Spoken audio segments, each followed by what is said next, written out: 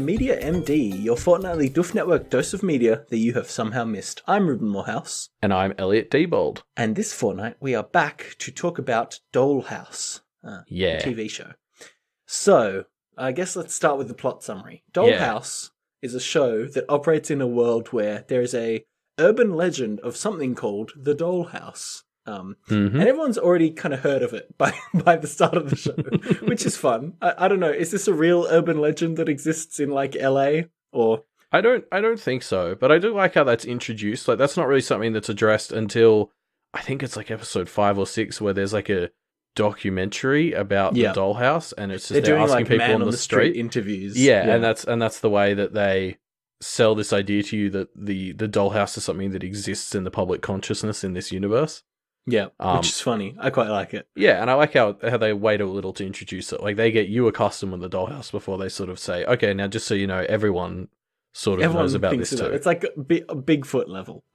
Anyway, the Dollhouse is a place where people are taken and their brains are wiped so they forget who they are, and then new personalities are implanted upon them so that they, with all of their very being, think that this is who they are.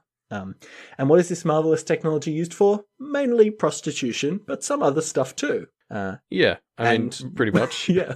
And so we follow a group of dolls, they're called, bodies that have different personalities implanted. Mainly one called Echo, through her various adventures, including adventures that run into an evil doll called Alpha, who had a mental breakdown where all of his personalities got implanted one over the other, which basically manifests itself as a kind of dissociative identity disorder kind of thing. And he's bad. Well, so how far in the show did you get? Okay, yeah. So I'm up to season 2, episode 10. Oh, I just finished episode 10. Okay, so I almost finished the entire show, but I didn't quite get there. I just mentally realized, because those last 3 episodes, there's a lot of big stuff that happens, so I'm just making sure I know what you know and what you don't, I guess. Yeah, so the last big twist that I found out is that the Dollhouse is kind of like The Matrix, where they are using all these bodies of people as computers, which is a weird twist, honestly. Yeah, well, I mean, you know, it's a specific kind of people. So people who they really want to punish get sent to the attic throughout the whole show, and it's really in season 2, episode 10, you find out what the attic is, and it's a sort of networked supercomputer parallel thing, which I would think makes no sense, except the show has kind of spent 2 seasons establishing that they can program brains very easily, so it does kind of make sense that they could program, but like it's weird that it manifests as a Matrix thing on the inside. That doesn't really compute, but it makes for a good story, so I kind of give it a bit of a pass. Does okay. I think I kind of felt like the plot went a bit off the rails in season 2, because one of the things that I liked about this show is it's kind of got this one, it's kind of it feels quite down to earth. There's one big technology that they've got, right? We're in something that is analogous to the present day, or, 5 or 10 years ago. Yeah.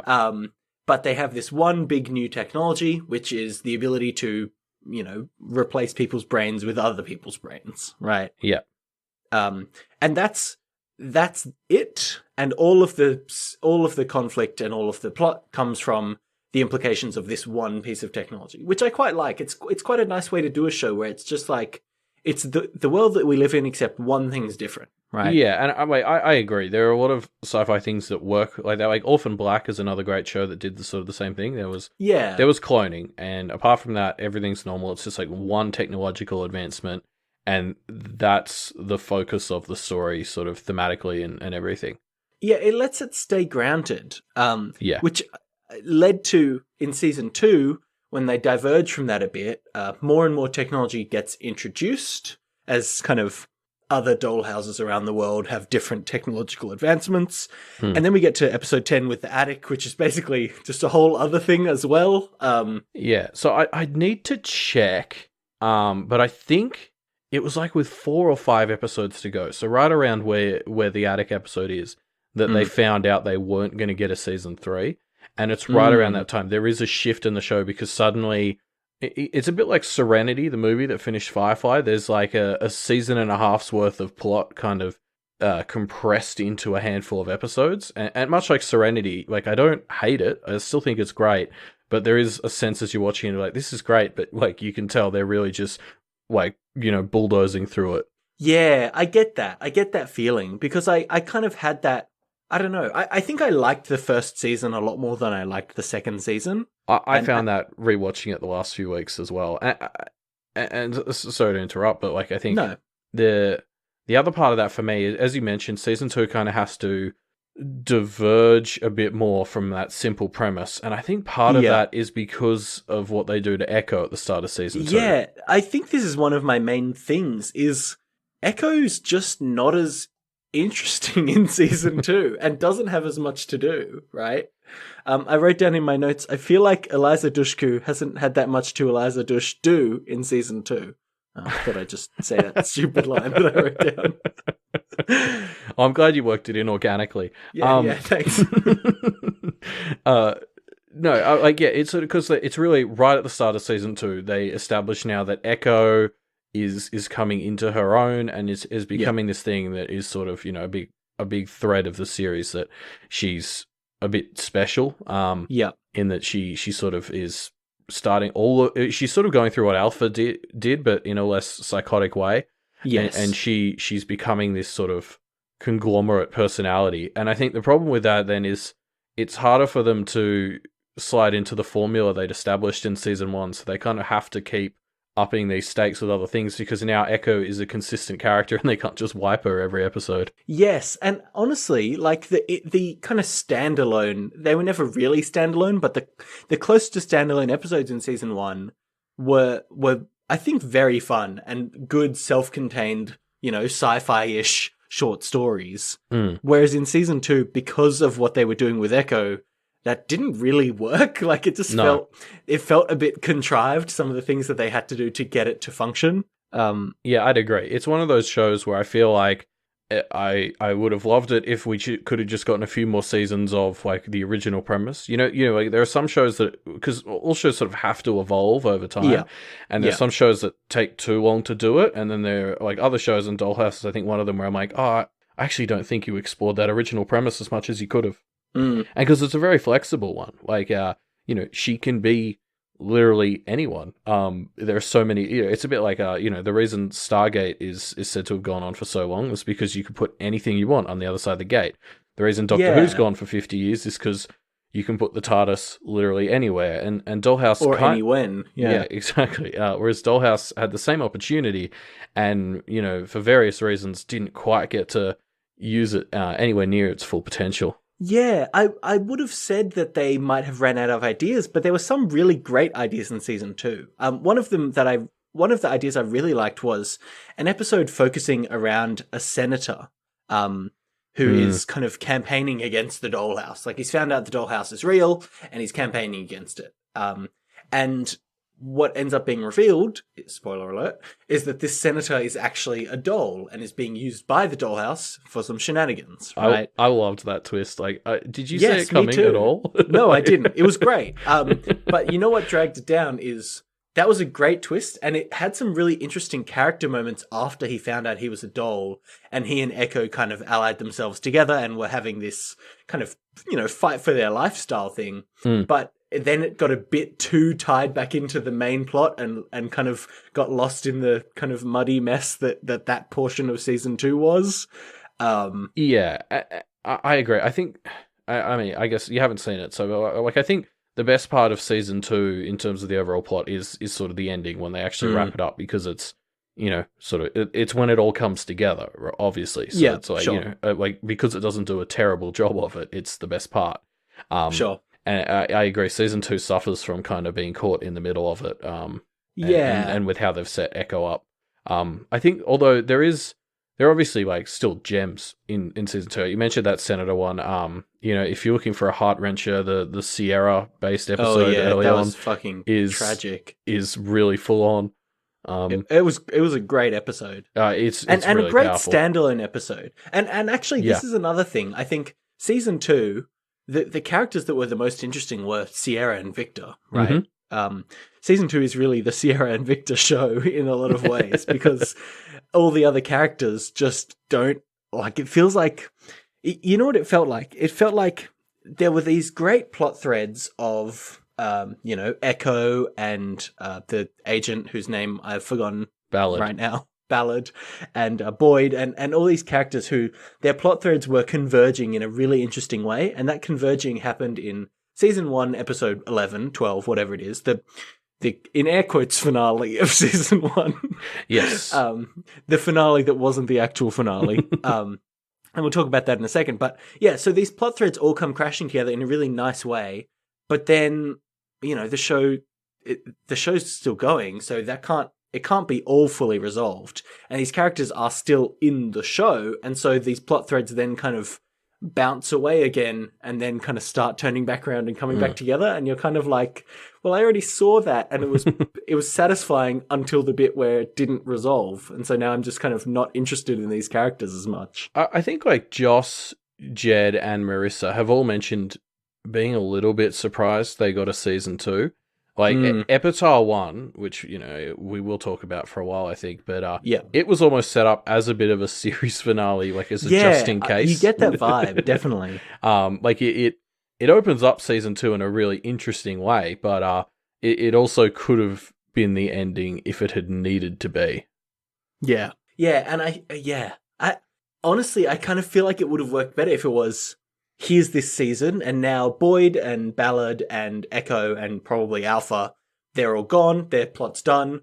Let's do some new plots, and we can keep Topher around, and we can keep, some of the characters, but we'll focus on Sierra and Victor, because that's really what we want to do in season 2 anyway, Yeah. I mean, but as I think I mentioned it in the prescription, but like the show was actually greenlit for Eliza Dushku, so that was sort of never going to happen. Yeah, that's fair. And she was, I really, really loved her performance. I loved all of the performances. I was about to say, like, especially everyone who played a doll, fucking nailed it. They killed it. Yeah, even one that I didn't think I would find myself enjoying, who is the doll that played Melly / November / Millie was her actual name, Maggie something. Yeah, something that Melly. Sounds like Melly, but it's a bit different. Was it Natalie? No, it was started with an M, I'm pretty sure. Okay. Anyway. She was great. Like, I thought, I kind of didn't like her character, but then that was because her character was designed to specifically appeal to Ballard, and I was like, okay, this is pretty cool. Like, I thought all of the acting in this show was top-notch, especially from a lot of people who aren't in that much stuff. Like, I've been kind of checking out some of the actors and actresses, and they're just not in. They haven't been doing that much lately. No, like Eliza Dushku herself has only been in a handful of things since that I've seen anyway. I've forgotten the name of the woman who plays Sierra. Because she shows up for an episode or two in just about every sci-fi show ever. She's like I'm beginning. She's great. She's so good. Yeah, but I'm beginning to think there's some sort of like law against creating a sci-fi show that she doesn't at least have a cameo appearance in. Yeah. But for some reason, I've never seen her really be a regular in anything since Dollhouse. And then of she's course got the guy such plays a great Victor. Australian accent as well. Oh yeah. The guy who plays Victor is fantastic. I'm not going to try and say his name because I'll get it wrong. Yeah. But a lot of hard to pronounce names in this show. Like his impressions of other characters are phenomenal. Oh my god, there's that episode where Topher puts his own brain in Victor's body, and this actor perfectly nails Topher's voice, his mannerisms, to the extent that I actually, when I first saw it, thought that they had redubbed his mouth movements with Topher's voice because it was so on point. Yeah. So I mean, his first name's Enver, like the actor. I feel comfortable saying that part. And yeah, he really nailed it. So yeah, like good performances all around. But yeah, why don't we talk about the Epitar episode that you saw? Yeah. So I kind of messaged you as I was watching this episode, being like, at the start, of course, my message was, is this the wrong show? Like, is this a different show? Because it's very different. It's stylistically different. It's all different characters until we get to about 15 minutes in where we see, what's her name? Whiskey, that's it. And she obviously serves as a conduit to start doing some flashbacks where we see the other characters and kind of some situations. But even in those flashbacks, these characters are 2 or 3 years advanced from where we know them in the show. And so they're all quite different. They're at different stages of their life. Yeah. I don't know if I liked this finale or not. I liked it. I probably would have liked it more if it didn't have the flashbacks, which is a weird thing to say. Like, it felt like a kind of self-contained story set in an alternate future of the TV show Dollhouse, rather than an episode of the TV show Dollhouse. I mean, well, yeah, it's interesting because it was made, as we sort of said, it was made on as a potential finale. This is actually, I think, really the episode where Jed and Marissa really took the wheel for a bit. It's sort of the episode I point to as like the thing that made me realize that Jed and Marissa are like, really, really talented. Specifically them. And in fact, the song that plays at the end of this is one of my favorites of all time, and it was composed and sung by them. But yeah, like it feels weirdly out of place, and in fact, it never actually aired. It's only on like the DVD copies, which is so strange. I mean, I get it, but the interesting thing is, when I first watched it, I had the view of, this is a kind of like alternate universe of what could happen in the future of this technology. That's kind of a cool angle. But season 2 kind of explicitly starts going down the path of, hey, this is where we're going. So get ready, world. Like, I don't know. Yeah. I don't know how I feel about it. I felt like the fact that season 2 led more into that path kind of retroactively made the finale a little bit more interesting. But I think I would have liked it more if it wasn't tied into Dollhouse, honestly. Well, I think like what makes the concept of Epitaph like really sort of stand out is it didn't air, and like that would change your understanding of season 2. I think a lot. I think a lot of every time I watch season 2, so much of it is framed from the understanding of where things are, maybe going to end up in what we saw in Epitaph 1. And so you're just sort of sitting there and you're like, how did people cope with season 2 not knowing this? Is it better? Is it worse? It would be a very different experience. Yeah, because there are scenes of... let's talk about one specific example, which is Adele DeWitt, her name is, the manager of the Dollhouse. She is the one that... She has this moment where she betrays Topher by taking a piece of technology that he's developed that he realizes is a bad idea, and taking it to the Dollhouse executives in what is a betrayal of Topher, and it obviously comes across that way, but we as the audience have the context that this betrayal is the thing that sets what happens in the Epitaph of season 1 in motion, right? Like, that's the context to this betrayal, and so it makes it so much worse because we know Topher is right. Yeah, exactly. And I mean, there's not many points in the series where you get to look to Topher as the moral high ground. I know, right?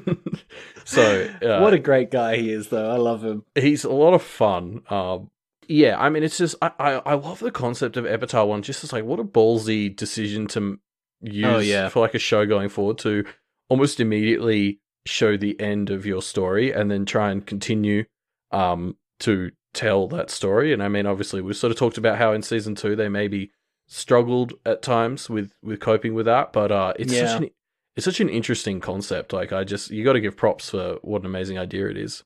I do think it's a baller move, but I kind of think it is what helped lead to this feeling of the ending of season 1 feeling unresolved. And even if you imagine the Epitaph, instead of being the finale of season 1, being the first episode of season 2, it would change the feeling significantly. It would feel like, okay, the ending we got to season 1 is actually the end of that bit, and now we can jump into the next part of the story. I don't know.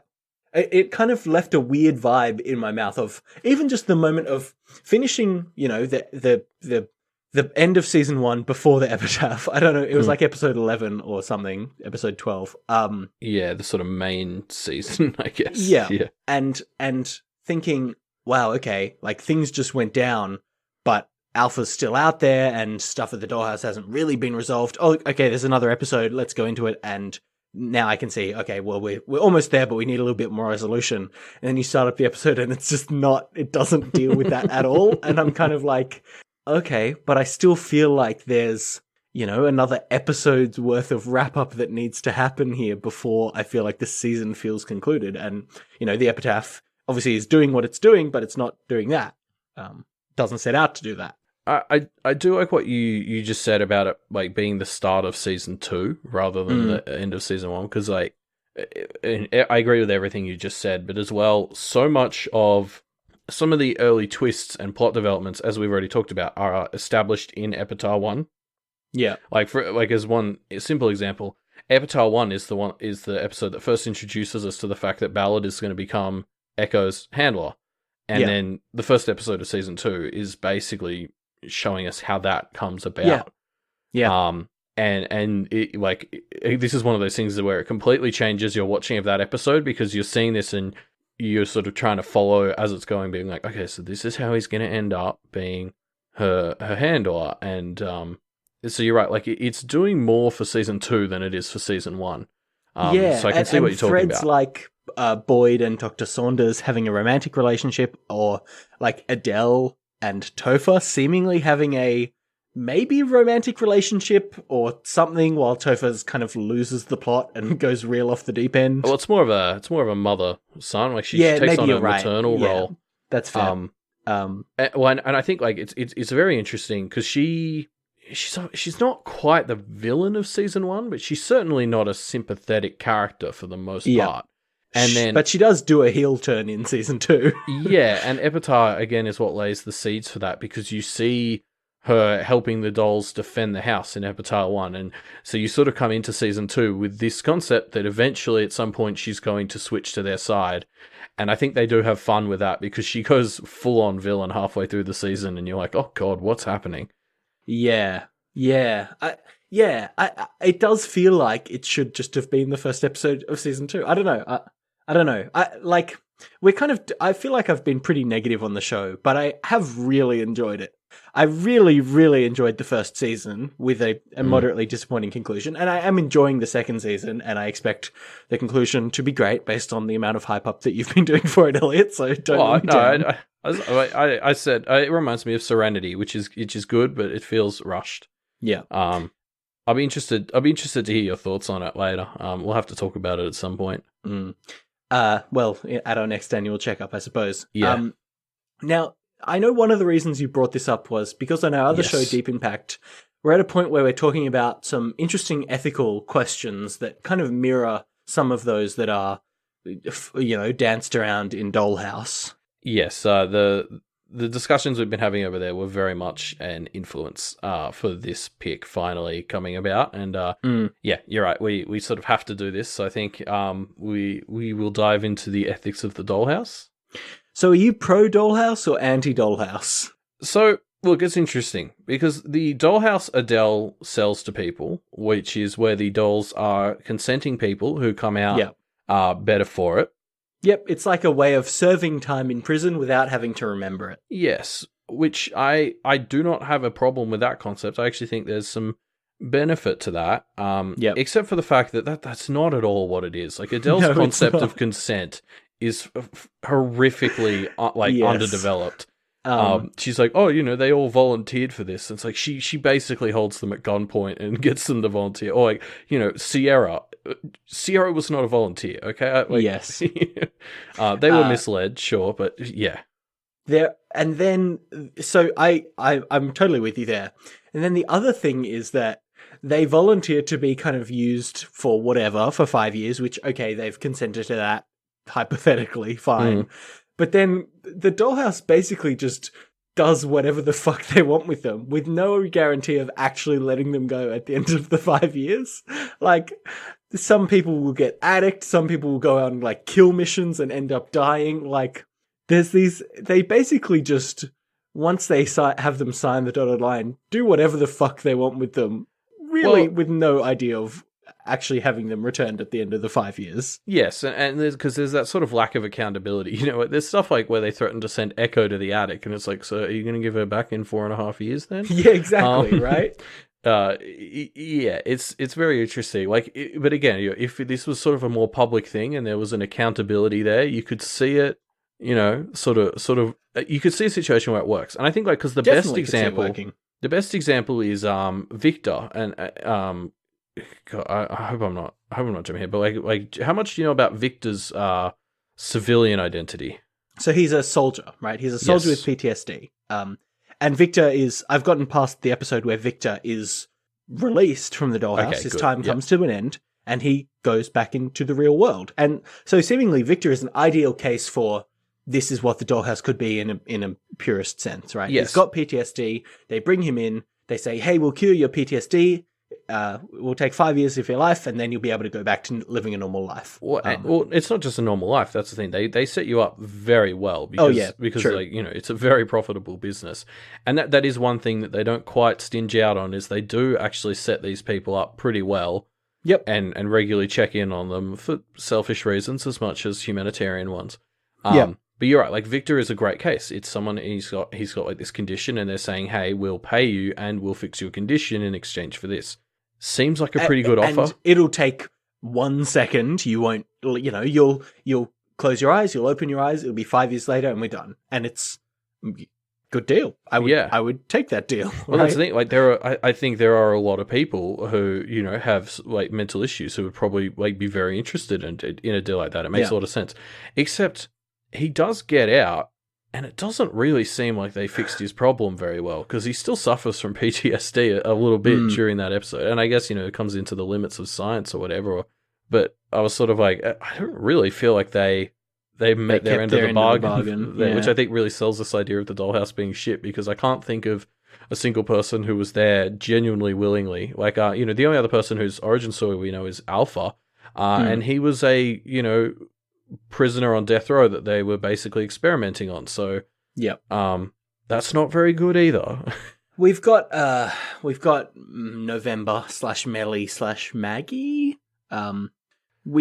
She seemed to do okay in the dollhouse. Well, so hers is an interesting one because it seems like, and I might be wrong, but her daughter, I think, died. Yeah. And she was grieving, and that's what sent her to the dollhouse, which is, I mean, did she have them wipe some of the grief? Because that's kind of dark. Right. Like, the only other thing is like, oh, I want it to be 5 years, except she doesn't experience the 5 years, so she's just gonna, like, maybe they accelerated that in the imprint that they put on her at the end. It was sort of like she had finished grieving. I don't know. Yeah, who knows? I do think the ideal of the dollhouse has some interesting merit, but implementation needs work. I would say. The theory has some merits, but the execution leaves a lot to be desired. Yeah. Yeah. All right. Well, we solved that ethical problem. Well, I think, okay, I mean, to sort of tie it a bit more into the Deep Impact discussion, would this be more or less okay if they were robots? More okay, because robots don't have souls. Okay. Yeah, I don't think we're going to get anywhere on this one. I don't think so. Where we ended up with back. It's Westworld all over again. Let's be honest. Like, they're just robots. And honestly, I feel bad because a few times in my head I thought of the dolls as robots, which I know they're not. Like, there were times when they're being threatened with a gun, and I'm like, why do you care if you get shot? You're a robot. And then I'm like, oh wait, no, you're not a robot. You're still a human body. Because it's basically the same thing. Anyway, that's fine. Do we have anything more to say about Dollhouse? I really liked it. I know we've talked about a lot of things that I like, gripes that I had with it, but I've been really enjoying it. I'm going to finish it off, and I'm giving it an 8.5 out of 10. Oh, that's pretty good. I would agree. It kind of feels like some of the things I like the most, it feels like we spend the most time talking about the negatives, and I almost feel that's because it's like, when it's so close to being perfect, you focus more on just why it wasn't when you come at it critically. Whereas, like, there are things, if you don't like them as much, you sit there and try to find the good and talk about that. Whereas the good things, it's just like, this is great. I cared about this show a lot, right? Which is why I care about the things that annoyed me about it. Yeah, exactly. Speaking about caring about a show a lot and finding things that annoy you about it, I'm bringing a show to you today called The Boys. I've heard of this one, yes. It's impossible that you haven't, because I'm pretty sure Amazon spent, let me look this up. Yep, $1 bajillion advertising it. I mean, honestly, I think most of my exposure to it has just been as somebody who is like reading Ward as it's coming out. Right. Like, I don't know which I saw more of, posts comparing the boys to Worm or posts complaining that everyone's comparing the boys to Worm. Yes, because it is a superhero deconstruction, which of course means that it gets compared to Worm in the circles that we run in, of course. Yes, I mean, gritty. I saw a lot of people complaining that just because it's gritty superheroes, it doesn't mean it's Worm. Yeah. Yeah, it's what if superheroes, wait for it, weren't good? Whoa! Also, it is Worm. Yeah, or the entirety of the DC expanded universe. Yeah, but no, but it is interesting. And the interesting thing about it is that this is really a show about. I'm going to say it. It's a show about capitalism and why capitalism is bad. It's all about like the image and the PR industry that goes into making these superheroes and kind of why that fucks them up so much, I would say. Yeah, okay. I don't think it ever is inherently too political, but it does make some fun anti-capitalist statements, and it has a lot of kind of contemporary political allegories, which I think are also quite fun. Yeah, okay. I mean, like, yeah, that sounds good and interesting. I'm always down for something that kind of points out the problems of late-stage capitalism. Yep. It's great acting. It's a funny show. Although there are a few things that I don't know, a few bits about it that kind of niggled at me a little bit, Mm-hmm. There is one character in particular who is introduced to us doing some sick shit, but then after that, they're kind of just a joke the whole time, and it's really weird. Like, you first meet this character and they are scum, and then they're just like a joke for the rest of the show, and a joke that you kind of can't laugh at because you were introduced to them doing sick shit. So you're like, I don't know how to feel about this. Yeah, okay. I guess we can talk about that later, though. Yeah, I guess I'll see where I land on all that. But I mean, that's definitely a risk you can run with this sort of stuff, right? Yeah. Yeah, well, definitely. I do really like the plot of this show as well. I think it goes in some very interesting directions, and the main villain, I'll say, the villain of the show, is genuinely terrifying, and Cool, the actor pulls it off in a way that is pretty incredible. So that's all I'm going to say about it. The Boys, and yeah, it's based on a comic book, of course, because it's a superhero thing. Well, yeah, I guess it has to be. Yeah. Yeah. Okay. So I've just looked it up, and so there's 8 episodes. So yeah, it's quite a short little thing. But each one is maybe an hour long, so I guess not that short. No, yeah. I'm keen for this. Like this sounds like, I guess obviously, I don't think unless you're trying to avoid it, nobody's wanting for superhero content these days. Yeah. But there's some really, really good stuff that's come out of that, and this seems like it's hopefully fitting into that category. Yeah, I mean, the original comic came out as a kind of response to superhero comics, and this definitely feels like it's a response to superhero films. That's nice. Yeah, I like that. Yeah, it definitely it feels like the right time for this show to have come out. It's great. Cool. And that's The Boys. We'll check back in a fortnight to see what you thought of it, I suppose. Yes. But if you can't wait that long to share your thoughts on The Boys, you can hit us up on Twitter, which is @mediamdpodcast. Indeed. If you're enjoying Media MD, this very show, why not leave us a review on iTunes? We see all the reviews that are left, and we really appreciate them. So why not do it? And on Stitcher now. We the Doof Media Network has just realized that Stitcher has reviews, and so we're also getting those now. It's very exciting. Yep. Also, obviously, now that we're part of the Doof Network, you can support us at patreon.com/doofmedia. Yes. There's a bunch of really cool perks that you get that relate to all the shows on the Doof Network. If you donate at this level. Let me give you listeners a hot tip, because there's a bit of a scam going on with the Patreon at the moment, the Doof Media Patreon, where the best perk that you can actually get is the $1 perk. So don't tell anybody, but if you back us at $1, you get access to what is, in my opinion, the best perk on the whole dang thing, which is access to the Doof Media Discord, which is where a lot of great discussion happens. We'll be discussing things for Media MD, like The Boys, like Dollhouse, like whatever else we talk about. So there's a specific Media MD channel on that server. Reuben did a bunch of live reactions to Dollhouse in there. I'll probably do the same thing for The Boys if there's interest. Ooh, that sounds fun. So it's a great way to sort of be in more immediate contact with us. Yeah, and kind of bounce ideas around with us about the content that we're talking about. Yes. So links to do all of those things can be found on doofmedia.com, which is also the new place to find clues for the Media MD ARG. You can help us figure out just who is Dr. MD and why did he fall asleep? For a little while. Elliot, why don't you tell the listeners this fortnight's clue? Receiver. Receiver, and we'll see you next fortnight.